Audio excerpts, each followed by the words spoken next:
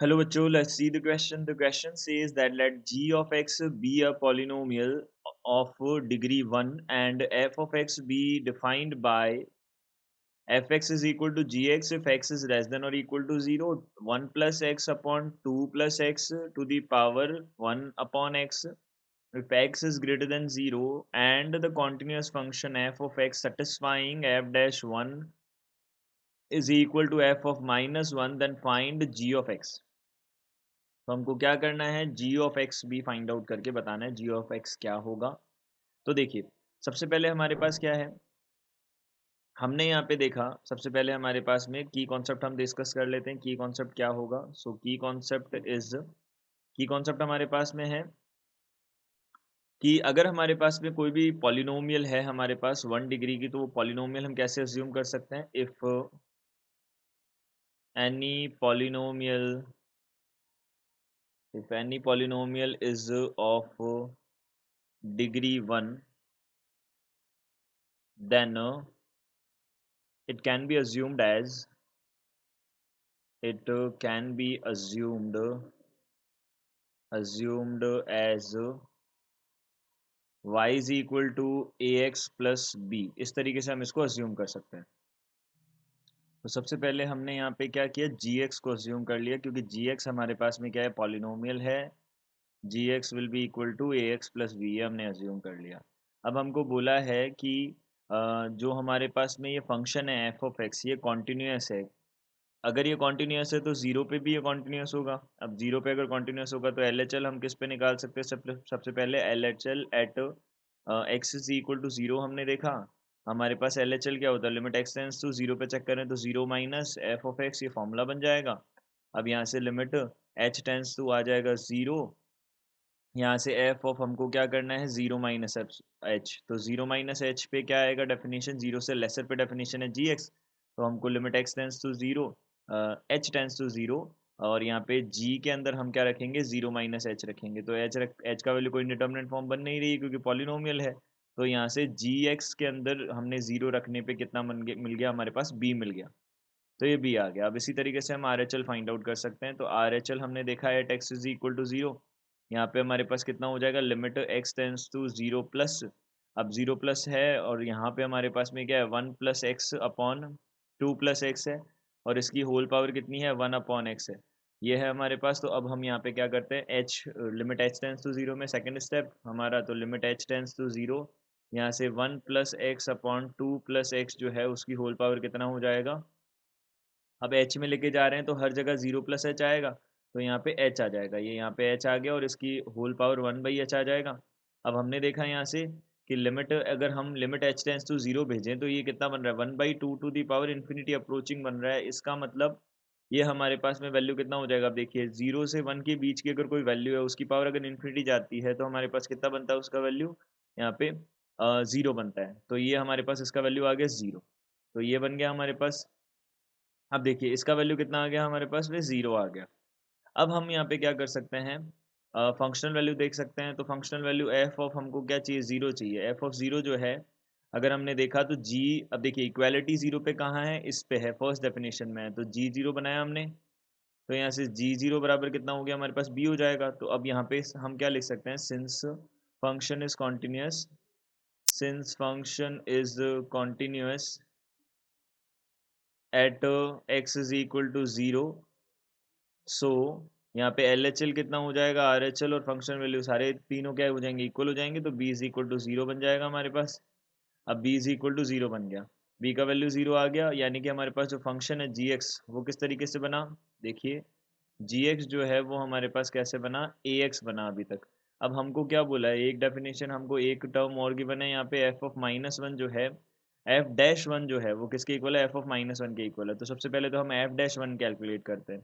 देखिए अब यहाँ से एफ डैश वन जो है, यानी कि वन पे हमने चेक किया, तो वन पे हमारे पास डेफिनेशन क्या है, वन पे डेफिनेशन है सेकंड वाली।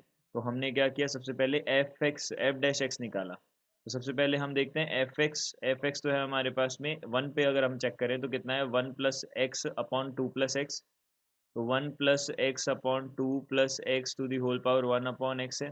अब इसका हमको क्या करना है, अब इसको हम y एज्यूम कर लेते हैं एक बार के लिए। अब इसका डिफरेंशिएट करना है हमको, d y by d x निकालना है।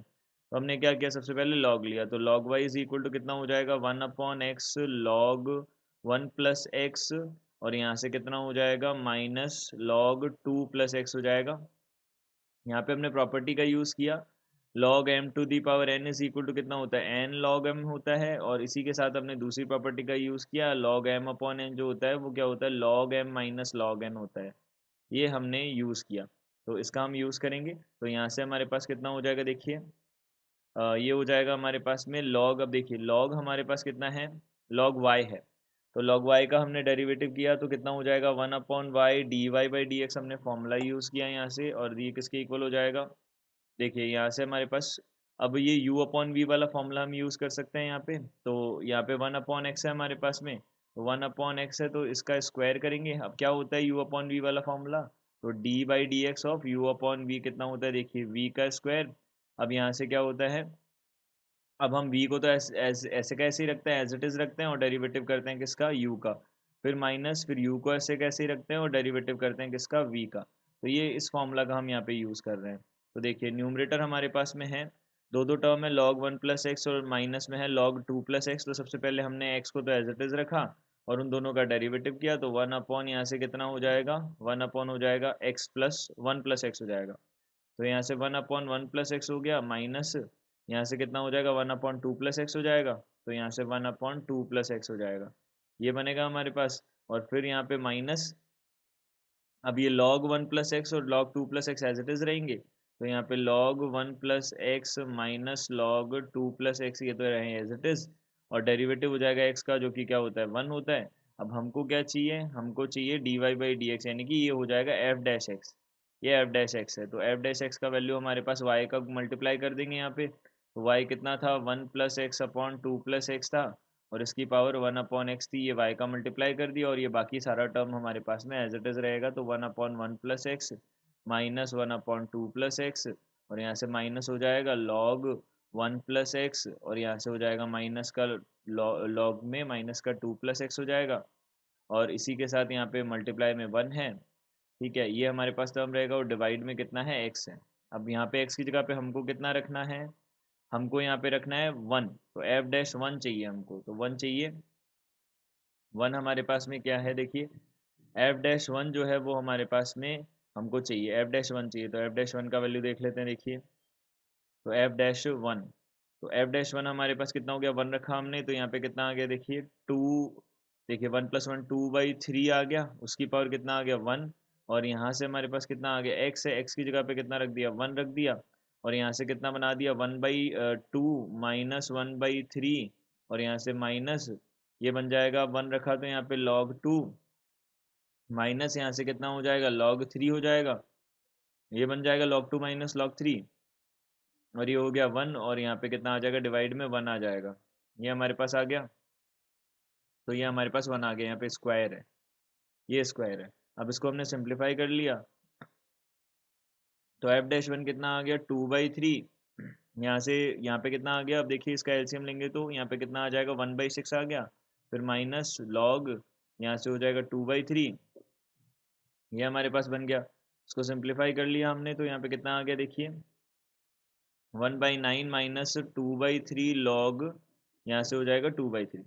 अब ये किसका वैल्यू है, ये हमारे पास वैल्यू है f(-1) का, तो f(-1) का वैल्यू है, तो f(-1) का अगर ये वैल्यू है तो उसको f(-1) के इक्वल कर सकते हैं, f(-1) पे वैल्यू है gx वाली, तो यहाँ पे जो gx है वो हमारे पास है ax, तो a के साथ -1, ये किसके इक्वल है, 1/9 माइनस 2/3 लॉग 2/3 है, यहाँ से हमने क्या कर दिया, मल्टीप्लिकेशन में माइनस में है, तो a इज इक्वल टू कितना हो गया, 2/3 लॉग 2/3 माइनस यहाँ से 1/9 हो जाएगा, तो a का वैल्यू आ गया, तो ये हमारे पास में क्या हो जाएगा, a का वैल्यू हो गया।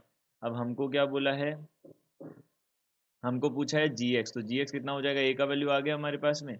अब a का वैल्यू क्या आया, ये देख लेते हैं, a का वैल्यू आया था हमारे पास में log 2/3 log 2/3 माइनस 1/9, यहाँ से हमारे पास आया था 2/3 log 2/3 माइनस 1/9, बी का वैल्यू तो 0 आया था और साथ में x था, तो ये हमारे पास में gx आ जाएगा। So we can say this will be our final answer. I hope you understood it well. Good luck. Thank you.